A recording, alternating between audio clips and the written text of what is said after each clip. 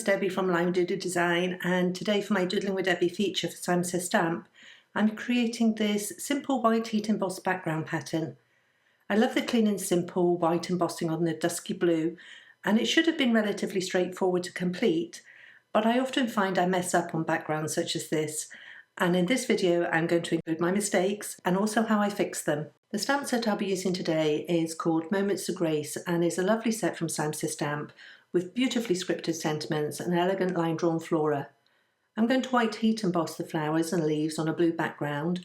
You could use a blue card, but my preference for a coloured card is to create my own from my ink pads. I have a wide array of ink pad colours and I often prefer the softer, more muted shades you can get from blending the inks into white card. I like to use Neenah Solar White in the £80 version and find I get good smooth blends when using this card. I'm still enjoying using the picket fence blending brushes to get smooth blends too, and the ink pad I'm using today is my favourite Cloudy Sky from Simon Says Stamp. So using light circles with a brush, I blended the ink over the card until I'd fully covered it. Once I was happy with the coverage, I then dry the panel with a heat tool. As the ink dries, it lightens in colour and any imperfections tend to smooth out too. It was also important to dry the card before moving on to the embossing section, as embossing powder will stick to any damp areas and you won't get that clean embossed look which helps with a simple style such as this. I placed the ink blended panel in the MISTI and held it in place for magnets before rubbing with an anti-static powder bag. The powder from this bag will hopefully prevent stray embossing powder sticking everywhere. I took the Moments of Grace stamp set and using the 5 floral images I arranged them in the top corner of the card. I let them overhang the edge of the panel so that I created a feeling of seamless pattern. I then stamped the images in Simon Says Stamp clear embossing ink. I then took the card out of the MISTI and sprinkled Simon Says Stamp white embossing powder over the sticky ink. I tapped off any excess and then tied it up with a dry paintbrush to sweep away any stray granules. I then heat set the powder with a preheated heat tool. I'm going to repeat this process until I cover the whole of the panel of ink blended card. But now my images have some of the sticky clear ink left over on them, and so if I start arranging them directly onto the card, I risk getting ink in places I don't want it as I move them around. So to prevent this, I use a piece of acetate and cover my card with the acetate while I arrange the stamps, and then once I have them in place, I can close the drawer of the MISTI to pick them up and then remove the acetate before stamping. The stamps do love to stick to the acetate though, and I didn't press firmly enough when getting them to adhere to the drawer of the MISTI, and one stamp remained on the acetate, but no worries, I stamped that image later on in the next round. All was going well, and as a whole my embossing was quite clean with minimal stray powder. If I had any trouble anywhere, it was with the edges of the ink blended panel where the ink was perhaps still a bit damp.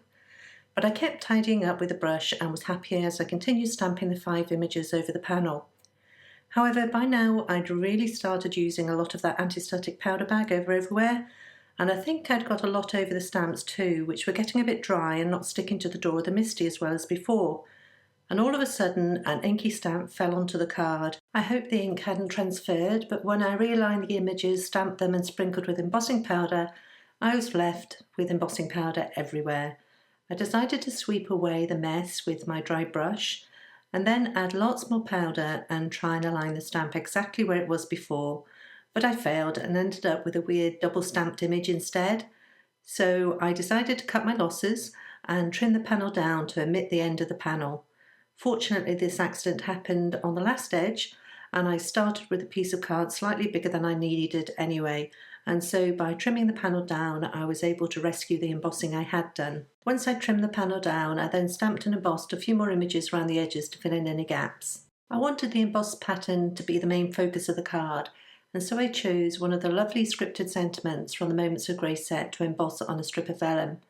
I love the translucency of vellum, and when white heat embossed and cut to a strip, the sentiment can still be read but it doesn't dominate.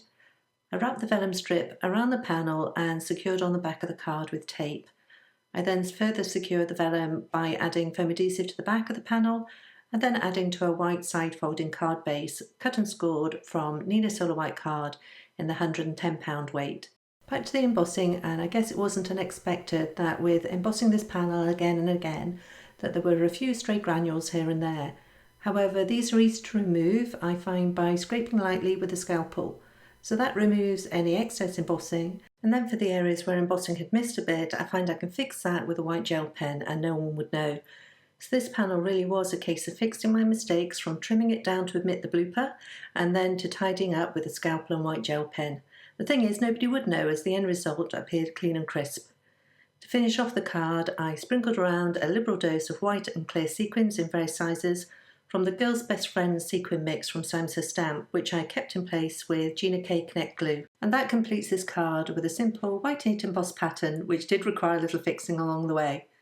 On the Says Stamp blog, you will find a coordinating blog post, as well as details of the supplies I've used today. If you want to find me, I blog over at limedigitdesign.com.